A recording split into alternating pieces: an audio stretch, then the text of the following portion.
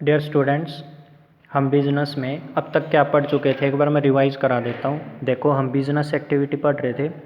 हमने ये देखा था बिज़नेस एक्टिविटी को 2 पार्ट्स में डिवाइड कर सकते हैं, एक इंडस्ट्री और एक कॉमर्स। मैं इंडस्ट्री पूरा करा चुका था कि एक प्राइमरी इंडस्ट्री होती है, एक सेकेंडरी होती है और एक टर्सरी होती है। प्राइमरी के 2 पार्ट्स होते हैं, easy extraction industry and genetic industry. फिर सेकेंडरी बता दिया था मैंने, इसको CM पास करके याद रखना था आपको। और एक टर्सरी सर्विस सेक्टर बोलते हैं इसको। ठीक है बेटा।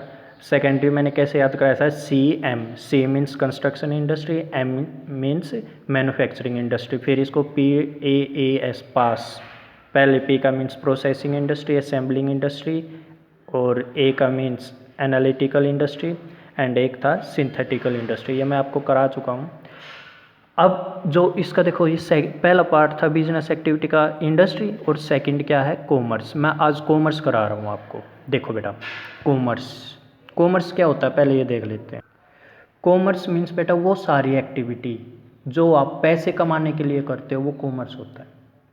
या अपना बिजनेस करने के लिए जो भी एक्टिविटी करते हो ना, उसको भी कॉमर्स बोलते हैं। तो मेनली 2 बात याद रख लेना बस, वो एक्टिविटी जो पैसे कमाने के लिए की जाए, या हमारा बिजनेस चलाने के लिए जो भी हम एक्टिविटी करते हैं, जो भी हम काम करते हैं, उसको कॉमर्स बोलते हैं।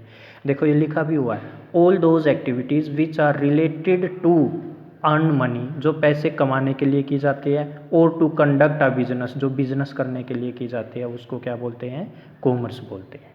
ठीक है बेटा। अब देखो, कॉमर्स को ना आगे 2 पार्ट्स में डिवाइड कर रखा है, एक तो ट्रेड और एक ऑक्सिलरीज टू ट्रेड।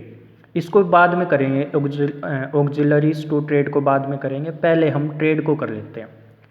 देखो ट्रेड क्या होता है, खरीदना और बेचना गुड्स एंड सर्विसेज का ट्रेड होता है। Means buying and selling of goods and services is trade.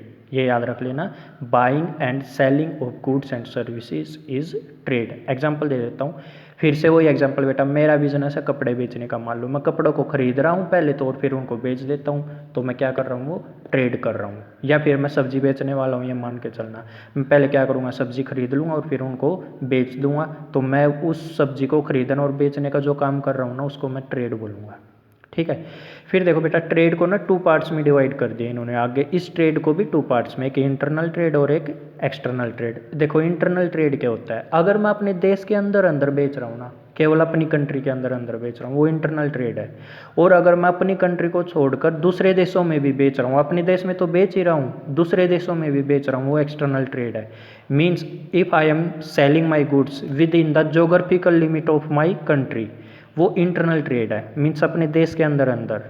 ठीक है। और अगर मैं बेच रहा हूँ अपने गुड्स आउटसाइड आवर कंट्री, अपने देश के बाहर भी बेच रहा हूँ, वो एक्सटर्नल ट्रेड है।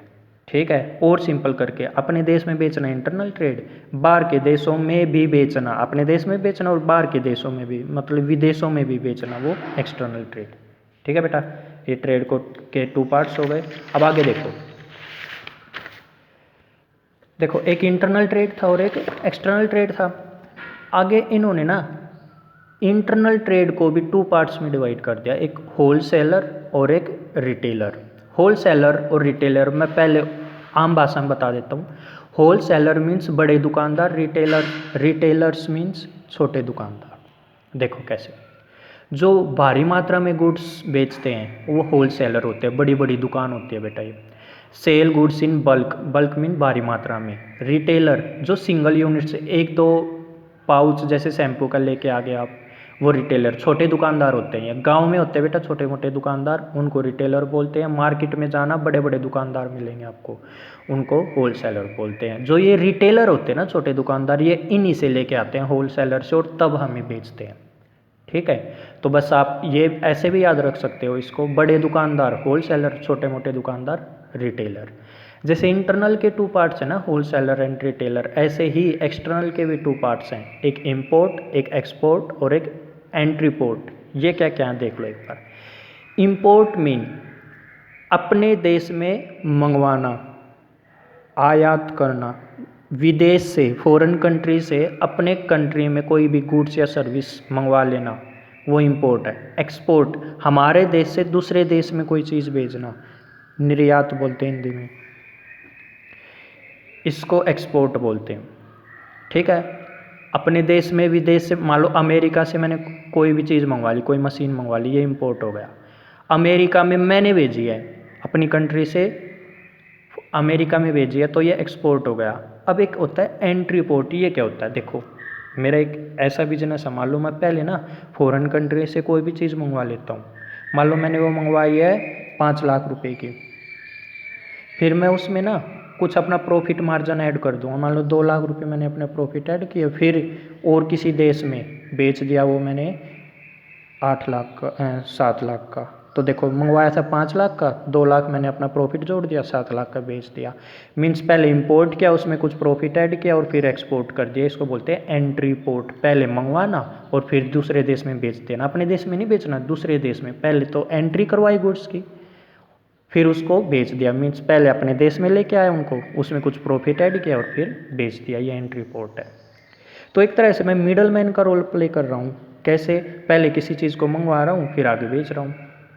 मैं खुद नहीं रख रहा ना उसको, मैं तो मिडल मैन का काम कर रहा हूँ। ये इसलिए मैं ये बोल सकता हूँ कि एंट्री पोर्ट में हम मिडल मैन का रोल प्ले करते हैं। तो बेटा ये कॉमर्स का ट्रेड वाला पार्ट हो गया। Trade, selling and buying of goods, ये ट्रेड होता है। ट्रेड को 2 पार्ट्स में डिवाइड करते हैं, इंटरनल एंड एक्सटर्नल। ये हमें पता है, इंटरनल अपने देश के अंदर अंदर बेचना, एक्सटर्नल अपने देश से में भी बेचना और विदेश में भी बेचना, ये एक्सटर्नल ट्रेड है। फिर इंटरनल को 2 पार्ट्स में, होलसेलर एंड रिटेलर। होलसेलर बड़े दुकानदार, रिटेलर छोटे मोटे दुकानदार। फिर एक्सटर्नल ट्रेड को 3 पार्ट्स में, इंपोर्ट विदेश से मंगवाना, एक्सपोर्ट विदेश में भेजना, और एंट्री पोर्ट पहले मंगवाया हमने अपने देश में नहीं रखा उसको, कुछ प्रॉफिट ऐड किया उसमें और फिर दूसरे किसी देश में बेच दिया, ये एंट्री पोर्ट है। अब देखो, ये देखो बेटा इधर, ऑक्सिलरीज टू ट्रेड। ऑक्सिलरीज का मीन्स होता है हेल्प। जो हमारा बाइंग एंड सेलिंग होता है ना, ट्रेड होता है, उसमें क्या क्या चीज़ें हेल्प करती हैं? देखो ट्रांसपोर्ट हेल्प करता है। कैसे करता है हेल्प? मैं चेयर बनाता हूँ बेटा, वो चेयर मैं हरियाणा में बनाता हूँ और दिल्ली में बेच देता हूँ, तो मैं उनको कैसे बेचूँगा? या तो मैं उसको किसी गाड़ी में लेके जाऊँगा, या मैं ट्रेन में, या कैसे भी लेके जाऊँगा ट्रांसपोर्ट के ज़रिए। तो ये हेल्प कर रहा है ना ट्रेड में, तो ये ऑक्सिलरीज टू ट्रेड हो गया ये भी। ठीक है। नेक्स्ट है इंश्योरेंस। बेटा बिजनेस में ऐसा होता है कि लॉस होने के चांसेस होते हैं। जैसे मान लो चेयर का बिजनेस है मेरा और उसमें आग लग जाए, मेरे बिजनेस में आग लग गई, सारी चेयर जल गई, कोई दिक्कत नहीं है। अगर मैंने इंश्योरेंस करा रखा है तो इंश्योरेंस कंपनी से मैं इंश्योरेंस क्लेम कर सकता हूँ, पैसे क्लेम कर सकता हूँ। ठीक है। तो ये भी हेल्पफुल है ना ट्रेड में। अब मैं बिना किसी टेंशन के बिजनेस कर सकता हूँ कि कोई बात नहीं, अगर मेरी चेयर चोरी हो जाए या जल जाए तो कोई बात नहीं, मैंने इंश्योरेंस करा रखा है। इंश्योरेंस करा रखा है तो इंश्योरेंस कंपनी वाले अगर मेरा लॉस हो जाए, चोरी या आग लग जाए, तो इंश्योरेंस कंपनी वाले मेरे को पैसे दे देंगे। वेयर हाउसिंग, बेटा ये पूरे चैप्टर हैं डिटेल में, मैं वहाँ पर और डिटेल में कराऊंगा, अभी मोटा मोटा समझ लो। देखो वेयर हाउसिंग, वेयर हाउसिंग का मीन्स होता है जहाँ पर गोडाउन, एक तरह से आप ये समझ लो, मैंने है ना बहुत सारी मात्रा में कोई चीज़ बना दी, चेयर बना दी मैंने, बहुत ज़्यादा चेयर बना दी, या अब मैं क्या करूँगा, उनको कहीं तो रखूँगा ना, जहाँ पर रखते हैं उसको गोडाउन या वेयर हाउस। इसमें बेटा थोड़ा सा डिफरेंस है, जब ये मैं वेयर हाउसिंग चैप्टर डिटेल में कराऊंगा तब बताऊंगा। अभी समझ लो वेयर हाउसिंग मीन्स गोडाउन, जहाँ पर अगर हम जितनी नीड है उससे ज़्यादा कोई भी गुड्स बना दे तो उसको भाई स्टोर तो करना है कहीं पर, कहाँ पर स्टोर करूँगा? गोडाउन में, मीन्स वेयर हाउसिंग। एडवर्टीज़मेंट, मैं अब चेयर बेचता हूँ, चेयर को बेचने के लिए मेरे को एडवर्टीज़मेंट ज़रूर करनी पड़ेगी, वरना किसको क्या पता लगेगा कि मैं ये चेयर बेचता हूँ। तो ये एडवर्टीज़मेंट करना भी मेरे बाइंग एंड सेलिंग में हेल्पफुल है ना। तो ये 4 मेन चीज़ें मानी जाती हैं जो ऑक्सिलरीज टू ट्रेड मानी जाती है, हेल्पफुल मानी जाती है। ठीक है बेटा, ये आज का टॉपिक कवर हो गया बेटा, इसको कर लेना और कोई डाउट हो मेरे से पूछ लेना कॉल करके।